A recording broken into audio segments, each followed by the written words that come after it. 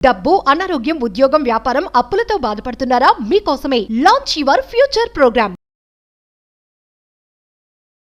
నమస్తే రమగారు. నమస్తే జయ. రమగారు, మనము శరన్నవరాత్రుల స్పెషల్ ఎపిసోడ్స్ చేస్తా ఉన్నాం. ఇక రెండవ రోజు, ఈ రోజు యొక్క విశిష్టత ఒక్కసారి మాట్లాడుకుందాం. రెండో రోజు ఆశ్వీజ శుద్ధ విధియ. ఈ రోజున అమ్మవారిని గాయత్రీదేవి అలంకారంలో వెలయిస్తారు. మనం గాయత్రి అనగానే ఇప్పుడు ఇదివరకటి కాలంలో గాయత్రి ఎవరికీ తెలియదు, రహస్య మంత్రం. ప్రత్యేకంగా గాయత్రి ఉపాసన అంటే కొంతమందే చేయాలన్న నియమము, పద్ధతి, ఒక కట్టుబాటులాగా ఉండేది. నియమం కూడా ఉండేదా రమగారు? నియమమే చేయాలి, నియమమే. ఎందుకంటే గాయత్రి ఉపాస్య దేవత, ప్రత్యేకంగా ఆమెను ఉపాసించవలసిన దేవత. 24 అక్షరాల మంత్రము చాలా పవర్ఫుల్, చాలా శక్తినిస్తుంది. అంటే మనం ఇలా కమ్యూనిటీ పరంగా మాట్లాడితే తప్పుతోస్తుందేమో కానీ పర్ఫెక్ట్గా సరిగ్గా త్రికాల సంధ్యావందనాదులు చేసి గాయత్రిని ఉపాసించే బ్రాహ్మణుడు ఏ వాడకట్టులో ఉంటే ఆ వాడకట్టులో అనారోగ్యాలు, అకాల మరణాలు ఉండవని శాస్త్రం. ఎంత అద్భుతం కదండి. ఇక్కడ ఏముండదు. అలాంటి వాడు ఒకడున్నా చాలు. శతక పద్యాలున్నాయా? అప్పిచ్చువాడు వైద్యుడు, నెప్పుడు ఎడతెగక పారు నేరును ద్విజుడును, చొప్పడిన యూరనుండుము చొప్పడకుండినట్టి యూరు చొరకము సుమతి. ఎక్కడైతే అప్పిచ్చేవాడు వైద్యుడు, ఎప్పుడూ ప్రవహించే ఏరు ద్విజుడు, బ్రాహ్మణుడు ఉన్న ఊరికి వెళ్ళు, లేకపోతే ఆ ఊర్లో వెళ్ళకు అని చెప్పారు. శతకకారుడు చెప్పాడు. ద్విజుడు ఇలా, ద్విజుడు అంటే బ్రాహ్మడు అంటే ఊరికే మేము బ్రాహ్మిన్స్ అని చెప్పేవాళ్ళు కాదు. ద్విజుడు 2 సార్లు పుట్టినవాడు అంటే వాడికి యజ్ఞోపవీతం ఉండాలి. ఆ బ్రాహ్మణుడికి ఆ యజ్ఞోపవీతానికి అనుసంధాన దేవత అయిన సంధ్యాదేవత గాయత్రిని ఉపాసించాలి. అతను గాయత్రి ఉపాసన గనక చేస్తే అసలు ఆ బ్రహ్మవర్చస్సే వేరు. 3 పూట్ల త్రికాలము సహస్ర గాయత్రి చేసే వాళ్ళ వెలుగే వేరుగా ఉంటుంది. అలాంటి వాళ్ళు ఉన్న వాడకట్లో వాళ్ళు అందరూ ఆరోగ్యంగా ఉంటారు. చనిపోక తప్పదు కదా జయ, అంతే కదా. మరణము శాశ్వతమైంది, అనివార్యమైంది, అది తప్పదు. అకాల మరణాలు అవి ఉండవు. ఎవరు చేస్తారో వాళ్ళకి కూడా ఇప్పుడు పూర్వకర్మానుభవం ఎంతో కొంత మనం అనుభవిస్తాం, అది తప్పదు. వాళ్ళకైనా, ఉపాసించే వాడికైనా, చుట్టుపక్కల వాళ్ళకైనా. కానీ అకాలంగా ముంచుకొచ్చేవి అలాంటి వాళ్ళ మొహం చూస్తే పోయేది. ఇది వరకటి కాలంలో మనకి నియమం తప్పటం అనేది ఒక విధానంగా అయింది. కలికాలంలో ఉన్నాం కదా మనం. ఇక ఏ నియమం తప్పినా గాయత్రి అంత పవర్ఫుల్ దేవత. ఈ గాయత్రిని ఎలా ఉపాసిస్తాము? సూర్యుడితో పాటు ఉపాసన చేస్తారు. సూర్యోపాసన లాగానే గాయత్రి ఉపాసన సూర్యుడికి ఎదురుగుండా ఉండి చేయటమే. త్రికాలాల్లో చేయటం అంటే సూర్యోదయము, మధ్యాహ్నము, సూర్యుడు మధ్యం దిన మార్తాండుగా ఉన్నప్పుడు, సూర్యుడు అస్తమించే సమయంలోను, ఈ 3 కాలాల్లోనూ సూర్యుడికి అర్ఘ్యం ఇవ్వటము, గాయత్రి చెప్పుకోవటము, ఈ 2 అనుసంధానంగా ఉంటాయి, కలిసి ఉండేవన్నమాట. ఇప్పటికీ మనకి ఇంకా గాయత్రి చెప్పేవాళ్ళు ఉన్నారు, ద్విజులు ఉన్నారు. కాబట్టి కలియుగాంతం అంత తొందరలో లేదు, ఇంకా సమయం ఉంది. వాళ్ళు తగ్గిపోతుంటే మన సమయం తగ్గిపోతుంది. దీన్ని గౌరవించాలి కానీ ఎట్టి పరిస్థితుల్లోనూ ప్రశ్నించవద్దు. మన ప్రశ్నల్ని మించిన సమాధానం ఉంది అక్కడ, మనకు తెలీదు. అది చెప్పినా మనకు అర్థం కాదు, అంతే. అందుకని చెప్పేలాగా ఏ ప్రశ్న వేయకుండా గాయత్రిని గౌరవించాలి. ఈవిడ 5 ముఖాలతోటి ఉంటుంది అమ్మవారు. ముక్తా విద్రుమ హేమనీల ధవళ ఛాయలు అని చెప్తారు. ముక్త విద్రుమం, ముక్త అంటే ముత్యం, విద్రుమం అంటే ఎరుపు, ముత్యం అంటే తెలుపు కదా. విద్రుమం హేమ నీల ధవళ. హేమ అంటే బంగారపు రంగు, నీలం అంటే నల్లము లేదా నలుపు కలిసిన నీలం అనుకుందాం, ముదురు రంగు. ధవళము ఇది తెలుపు, ముత్యపు తెలుపు వేరు, ఇది వేరు. ఇలా 5 రంగుల్లో ఉండే ముఖాలు, 5 ముఖాలు కలిగి ఉంటుంది. గాయత్రిని ఉపాసించిన వాడికి తిరుగే లేదు. ఆ ఉపాస్య దేవత అయిన గాయత్రిని రెండో రోజు దైవంగా అలంకారం చేస్తారు. ఇంచుమించు మన వైపు అన్ని దేవాలయాల్లోనూ గాయత్రి దేవే కనపడుతుంది, పంచముఖిగా కనిపిస్తుంది. ఇప్పుడు మనం ఎట్లా చూస్తామంటే మా కారు బ్యాక్ చేస్తున్నా సరే గాయత్రి మంత్రం వినపడుతుంది. అవును. ఫోన్ రింగ్ టోన్లు గాయత్రి మంత్రమే. తర్వాత ఇంటి కాలింగ్ బెల్స్ గాయత్రి మంత్రమే. పిల్లలకి గాయత్రి మంత్రం నేర్పిస్తారు. వాకింగ్ చేసేటప్పుడు కూడా మనం గాయత్రి మంత్రాన్ని వింటుంటాం. ఎవరికైనా ఫోన్ వచ్చింది అనుకో, రింగ్ టోన్ కూడా గాయత్రి మంత్రమే ఉంటుంది. అదేమంత అడ్వైజబుల్ కాదేమో అని అనిపిస్తుంది. ఇప్పుడు మంత్రము పూర్తిగా వెళ్ళాలి, అది మధ్యలోనే కట్ చేస్తాం మనం, అది తప్పు. తర్వాత దాన్ని ఇలా చేయకూడదు. ఒక పవర్ఫుల్ మంత్రాన్ని, శక్తివంతమైన దాన్ని, అంత శక్తి తీసుకోవాలి కదా మనము. అరకొరగా ఎందుకు చేయాలి? అంతేగా. ఏమో అది చేయకూడదేమో అనిపిస్తుంది. ఎవరి ఇది వాళ్ళదైనప్పటికీ పిల్లలకు కూడా గాయత్రి మంత్రం ఉపదేశించడం, నేర్పించడం. ఇప్పుడు నేర్పటం వేరు, ఉపదేశం వేరు, ఈ డిఫరెన్స్ ఒకటి ఉంది కదా. అవునండి. ఇది కొంచెం తెలుసుకోవాలి మనం. ఈ గాయత్రిని ఇంత ప్రత్యేకమైన కథ చెప్తారంటే గాయత్రి దేవికి, పూర్వం అరుణుడని ఒక రాక్షసుడు ఉండేవాడు. అతను త్రికాల సంధ్యావందనాపరుడు. 3 పూట్ల మూడు పూట్ల సంధ్యావందనం చేసి సహస్ర గాయత్రి, 1,00,000 గాయత్రి కూడా చేసేవాడు రోజుకి. అతను విపరీతంగా బల సంపన్నుడిగా అయ్యాడు. బ్రహ్మవర ప్రసాదం లభించింది అతనికి. రమగారు, మీ మాటకు అడ్డొస్తుందని అనుకోవద్దు, నాకు ఎప్పుడు ఒక చిన్న అనుమానం ఉంటుందండి.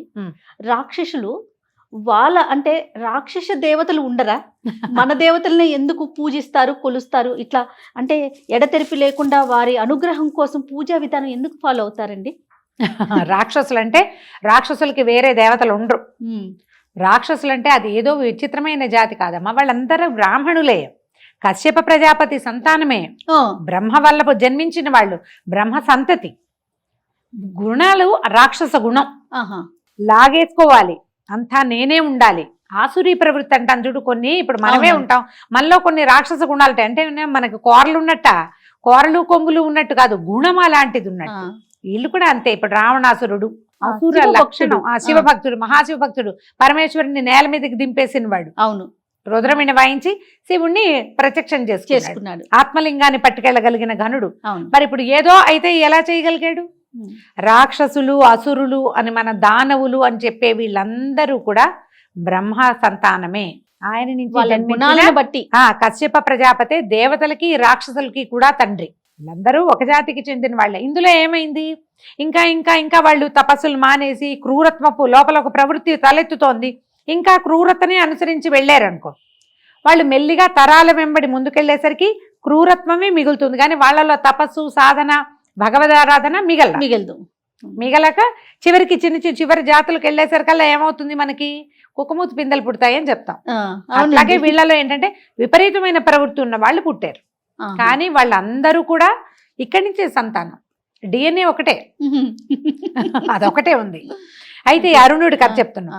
అరుణుడు తీవ్రమైన తపస్సు చేసి అతను ఎట్లాంటి వరం సంపాదించాడంటే, నాకు మరణం వద్దు, నో మరణం అని అడిగాడు. బ్రహ్మదేవుడు ఒప్పుకోలే, నాయన మరణం లేకుండా వరం కుదరదు, మరణం అనివార్యం, కావాలంటే నువ్వు ఇంకో కొన్ని వేల ఏళ్ళు బతకచ్చు, వరం మార్చి అడగమంటే, అయితే ద్విపాత్తులు చతుష్పాత్తుల వల్ల మరణం లేదు అని అడిగాడు. మరణం లేకుండా వరం కావాలి. ద్విపాత్తులంటే మనలాగా 2 కాళ్ళ మీద నడిచేవాళ్ళు, చతుష్పాత్తులంటే జంతువులు, 4 కాళ్ళ మీద నడిచే ఏ జంతువు వల్ల. ఇప్పుడు ద్విపాత్తులతో మరణం లేదనుకో, మనుషులతో లేదు, అప్పుడు ఏ పులినో ఏ సింహాన్నో చేసి చంపేస్తారు. అమ్మవారు చాలా సార్లు చేసింది అట్లా. అవునండి కదా. అందుకని ఏం చేశాడు, ద్విపాత్తుల వల్ల మరణం వద్దు, చతుష్పాత్తుల వల్ల మరణం వద్దు, నాకు ఈ రెండిటి వల్ల మరణం లేకుండా వరం ఇవ్వమని కోరుకున్నాడు. కానీ ఇతన్ని ఎట్లా చంపాలో వీళ్ళకి తెలియలే. అప్పుడు పరమేశ్వరుడి దగ్గరికి వెళ్తే ఆయన ఏం చెప్పాడంటే, ఇతను గాయత్రి మంత్ర అనుష్ఠానపరుడు, గాయత్రి మానేస్తేనే వీడిని మీరు సంహరించగలరు అని చెప్పేసరికి వీళ్ళు బాగా ఆలోచించి, నువ్వు మంత్రం చేస్తున్నావు, అది మానే అంటే వాడు ఎందుకు మానతాడు, అదే నీ బలం రా అంటే అసలు మాంట కదా. బృహస్పతిని ప్రేరేపించి పంపించారట దేవతలు. అప్పుడు బృహస్పతి వెళ్ళి సోదరా అని సంబోధిస్తే అరుణుడికి నచ్చల. నేనేమో దేవతలకు శత్రువుని, త్రిలోకాలు ముల్లోకాలు నేను జయించి నా చేతిలో పెట్టుకున్నా, నువ్వేమో నా శత్రువుల గురువువి, నేనెట్లా నీకు సోదరుణ్ణి అవుతానంటే, అదేమిటి నాయన, నువ్వు గాయత్రి మంత్రానుష్ఠానపరుడి, నేను గాయత్రి మంత్రానుష్ఠానపరుడిని, ఒకే మంత్రాన్ని అనుసంధానం చేసేవాళ్ళు ఒక్కో గురువు దగ్గర చెప్పుకున్నట్టు. అంటే మనం ఏమయ్యాం, సహాధ్యాయులు సోదరులు అవుతారు సహజంగా. కాబట్టి నువ్వు నేను సోదరులం, నా వల్ల దేవతలందరూ కూడా నీకు సోదరులే అనగానే నేను నచ్చల. దురహంకారంతో అరుణుడు ఏమనుకున్నాడంటే, నా శత్రువులే కాకుండా నాకంటే బలహీనులు వీళ్ళు, దేవతలు నాకు లొంగిపోయారు, నేను వాళ్ళని జయించానంటే ఏమిటి అర్థం, నేను గొప్పవాడిని, వాళ్ళు తక్కువ వాడిని, మరి నాకంటే తక్కువ వాడు చేసే ఉపాస్య దేవతను నేనెందుకు ఉపాసించాలి అని గాయత్రిని మానేశాడు. గాయత్రి ఎప్పుడైతే మానేడో బలహీన పడిపోయాడు. దేశంలో ధర్మం బలహీనపడ్డానికి గాయత్రి మానేయటమే కారణం. వ్యక్తి ఒకడి దగ్గర నుంచే బలహీనుడైపోయాడు. ముల్లోకాలు జయించిన వాడు ఒక్కసారిగా మరణానికి ఆసనుడైపోయాడంటే ఏమిటి అర్థం, గాయత్రితోటి మొత్తం పోయింది. పోయేసరికల్లా వీళ్ళు ఏం చేశారు, ఇప్పుడు అమ్మవారిని ప్రార్థించారు, ఇతనికి ద్విపాత్తుల వల్ల చతుష్పాత్తుల వల్ల మరణం లేదు, మేమందరం యుద్ధానికి వెళ్తాం, ఇతన్ని ఎట్లా సంహరిస్తావో సంహరించు. అందరూ దేవతలు భూమోకమ్మడిగా ఇతని మీద పడ్డారు. అప్పుడు అమ్మవారు వచ్చి ఇతన్ని భ్రామరీ శక్తితోటి సంహరించింది. ఇతనికి చతుష్పాతులు ద్విపాతులు కాకుండా ఇంకేమున్నాయి, మనకి ఇంకే వేరే కాళ్ళు ఉన్న జంతువులు లేవు. అదే కదా. అమ్మవారి దగ్గర ఉండేటువంటి భ్రమరము ఎన్ని కాళ్ళు ఉంటాయి, దానికి 6 కాళ్ళు ఉంటాయి. షట్పది అంటారు దాన్ని. అవును, షట్పదము అంటే భ్రమరం. కొన్ని కోట్ల కొద్ది భ్రమరాలు వచ్చి ఇతన్ని సంహరించినాయి. వాడు వరం ఎంత బాగా కోరుకున్నాడో చూడు. రాక్షసుల వరాలన్నీ ఇలాంటి విచిత్రమైనవే. హిరణ్యకశిపుడు అడిగాడు, నరుల వల్ల వానరుల వల్ల మరణం లేదు, ఇలా కావాలి, వాకిట్లో కావాలి, బయట కావాలి, ఇంట కావాలి అని అడిగాడు. ఇన్ని రకాల వరణాలు లేవు, ఇన్ని రకాల వరాలు ఎక్కడో చోట అడ్జస్ట్ అయ్యి చివరికి ఏం చేశారు, నరసింహమూర్తి వచ్చాడు. అంతే. రావణాసురుడు అడిగాడు, నరుల వల్ల వానరుల వల్ల మరణం వద్దు అని. నరులు వానరులు కలిసికట్టుగా వెళ్ళి రావణాసురుడిని సంహరించారు. అలాగే అవుతాయి రాక్షసుల విపరీత వరాలన్నీ మనకి ఉపయోగపడేవి. ఆ తర్వాత అమ్మవారు భ్రామరి స్వరూపంతో వెలసిందట. ఇప్పుడు మనకి శ్రీశైలంలో ఉన్నటువంటి భ్రమరాంబికాదేవి ఆ శక్తి యొక్క అంశే అంటారు. ఆమెని దగ్గర ఉండేటువంటి ఆ నాదమే భ్రామరిగా మారింది. ఓంకారంలో ఒక రకమైన శబ్దం వస్తుంది, అంటుంది. అది మనం మీరు లోపల ఓంకారం చేసుకుని చూడండి. అవునండి. ఒక నిమిషం తర్వాత పెదవులు మొహం అంతా తిమిరికిపోయినట్టు అయిపోతుంది, వైబ్రేషన్ లాగా అనిపిస్తుంది. ఈ షట్పదము తిరుగుతుంటే ఆ వైబ్రేషన్ వస్తుంది. ఆ వైబ్రేషన్ నుంచి పుట్టినవే ఇవి. అవి వెళ్ళి సంహరించినవి. గాయత్రి అంత పవర్ఫుల్. ఆమె వల్లే ఈ స్వరూపం భ్రామరి స్వరూపం వచ్చింది. అయితే ఈ రోజున అమ్మవారికి కొబ్బరి అన్నం నివేదన చేస్తారు. ఈవిడ ఎర్రటి రంగులో ఉంటుంది, 5 ముఖాలు కనిపిస్తాయి కదా, ఎర్రని వస్త్రధారణ చేస్తుంది. అక్కడక్కడ కాషాయ వస్త్రధారణ కూడా మనకు చూపిస్తారు గాయత్రికి. కాషాయం రిచ్ ఆరెంజ్ కలర్ కానీ ఎరుపు మనం వేసుకున్న లాంటి ఎర్రటిదైనా వస్త్రాన్ని సమర్పించవచ్చు. మందార పువ్వులు సమర్పించండి. ఈ గాయత్రికి అష్టోత్తరం చక్కగా దొరుకుతుంది. ఒక ప్రార్థనా శ్లోకం కూడా చక్కటి శ్లోకాలు దొరుకుతాయి. ఒక ప్రార్థనా శ్లోకం చేసుకోవటము, కొబ్బరన్నం నివేదన చేయటం. దాంతో పాటుగా మనం రోజువారీ పెడుతున్నట్టుగానే పెసరపప్పు, నానబెట్టిన పెసరపప్పు ఏమంటాం, వడపప్పు, తర్వాత పానకం నివేదన చేసుకోవటం. ఉదయకాలం చేయగలిగినంత సేవాకాలం చేసుకుని సాయంకాలం కనుక మనం ఈ అమ్మవారిని పూర్తిగా ఆరాధన చేసుకోవచ్చు. గాయత్రి ప్రత్యేకమైన స్వరూపంలో కనిపిస్తుంది. ఈ 5 ముఖాలున్న స్వరూపంతో అమ్మవారిని ఉపాసన చేసి నమస్కారం చేసుకుంటే అత్యద్భుతమైన ఫలితం వస్తుంది. ముందు ఈవిడ సంధ్యాదేవత అవటం వల్ల మనకి మనుషులకి బద్ధకము అవి తగ్గుతాయి, నియమపాలన అవి ఏర్పడతాయి. దానికోసం మనం ఈ అమ్మని ఆరాధించాలి. రమ్మగారు, శరన్నవరాత్రులు ఏ రోజుకు ఆ రోజే ప్రత్యేకం కదా. అవును. అత్యంత శక్తి గల రోజు అంటే ఏం చెప్పుకోవాలంటారు? దుర్గాష్టమి చెప్పాలి. అష్టమి అనండి. అష్టమి అమ్మవారు ఆ రోజు జన్మించిందని చెప్తారు. అష్టమి నాడు అంటే అప్పటిదాకా సాత్విక స్వరూపాల్లో కనపడుతున్న అమ్మ తీవ్ర రూపం దాల్చింది దుర్గా అష్టమి రోజు, అష్టమి నాడు. అక్కడి నుంచి చూడు, అష్టమి నవమి నాడు పూర్తిగా అమ్మవారు ఒక విపరీతమైన స్వరూపంలోకి వచ్చేసింది. ఇక ఇవన్నీ చూడు, సాత్విక రూపాలు బాల, గాయత్రి, కాత్యాయని, మహాలక్ష్మి, సరస్వతి సాత్విక రూపాల్లో కనిపిస్తుంది. ఆమె ప్రయత్నం చేసింది సాత్విక రూపాలలో రాక్షసుల్ని సంహరించడానికి, దుష్ట శిక్షణ చేయడానికి ప్రయత్నం చేసింది. సాత్విక రూపంతో సాధ్యపడటం లేదు అని తెలిసిన కొందికి మనకి సరస్వతి స్వరూపం కూడా శుద్ధ సాత్విక స్వరూపంలాగా కనబడుతుంది. కానీ నీల సరస్వతి స్వరూపంలోనే ఆవిడ శుంభుల్ని వధించిందని చెప్తారు. మూలా నక్షత్రం రోజు, మూలా నక్షత్రం అప్పుడే ఆవిడ జన్మ నక్షత్రము అదేను. అప్పటికే ఆవిడ రూపం మార్చుకుంది. ఆ తర్వాత వచ్చేటువంటి చండీ స్వరూపం సప్తమి నాడు చండీ, అష్టమి నాడు దుర్గా. క్రమంగా చూడు, దుర్గాకి వచ్చేసరికి తీవ్రమైన స్వరూపం వచ్చేస్తుంది. అంటే ఏమైనా సరే వీళ్ళని పూర్తిగా అణచాలంటే సంహరించాల్సిందే. దానికోసమని ఇలాంటి సంహార శక్తిగా రూపం దాల్సిందేనని భావించి అక్కడికి స్వరూపం పూర్తిగా మార్చుకుంది. మనం ఎక్కడ చూసినా పవర్ఫుల్ స్వరూపము, శక్తి స్వరూపిణిగా కనపడుతుందంటే దుర్గా స్వరూపమే. సంతోషం గారు, నమస్తే. నమస్తే జయ.